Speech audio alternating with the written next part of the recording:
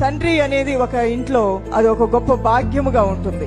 నాన్న ఉన్నారు, అన్ని చూసుకుంటారు, నాన్న కష్టపడతారు, సంపాదిస్తారు, నాన్న ఉద్యోగం చేస్తారు, ఇంటికి తీసుకొస్తారు అనేది తండ్రి యొక్క పాత్ర ఎంతో అద్వితీయమైనటువంటిది. కానీ ఆ తండ్రి కుటుంబాల్లో లేకపోతే ఆ స్థానాన్ని భర్తీ చేస్తాడు పరలోకపు తండ్రి. ఆయన అంటున్నాడు, తండ్రి లేని వారికి, నలిగిన వారికి, విరిగి నలిగిపోయి అనేకమైన సమస్యలతో హృదయంలో వేదనతో ఉన్నటువంటి వారికి న్యాయం తీర్చేవాడు మన దేవుడు.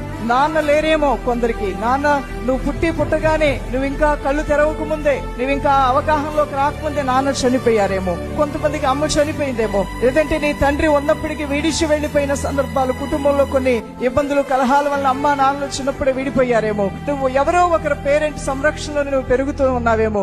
అయినప్పటికీ కూడా నీకు ఇవ్వబడిన భాగ్యం ఎంత గొప్పదంటే, యేసుని నమ్మిన ప్రతి ఒక్కరికి ఆయనే మంచి తండ్రిగా ఉండి నడిపిస్తాడు. దైవజనమ, పరలోకమందున్న మా తండ్రి అని ప్రార్థన చేయమని ఆ స్వాతంత్రాన్ని దేవుడు మనకిచ్చాడు. ఆ తండ్రితో కలిసి నువ్వు వెళ్తున్నావు, ఆ తండ్రితో కలిసి నువ్వు ప్రయాణం చేస్తున్నావు, ఆ తండ్రి సన్నిధిని నీతో పాటు మోసుకుని వెళ్తున్నావు. ఈ తండ్రి నిన్నెన్నడూ విడువడు, ఆయన ఎడబాయుడు.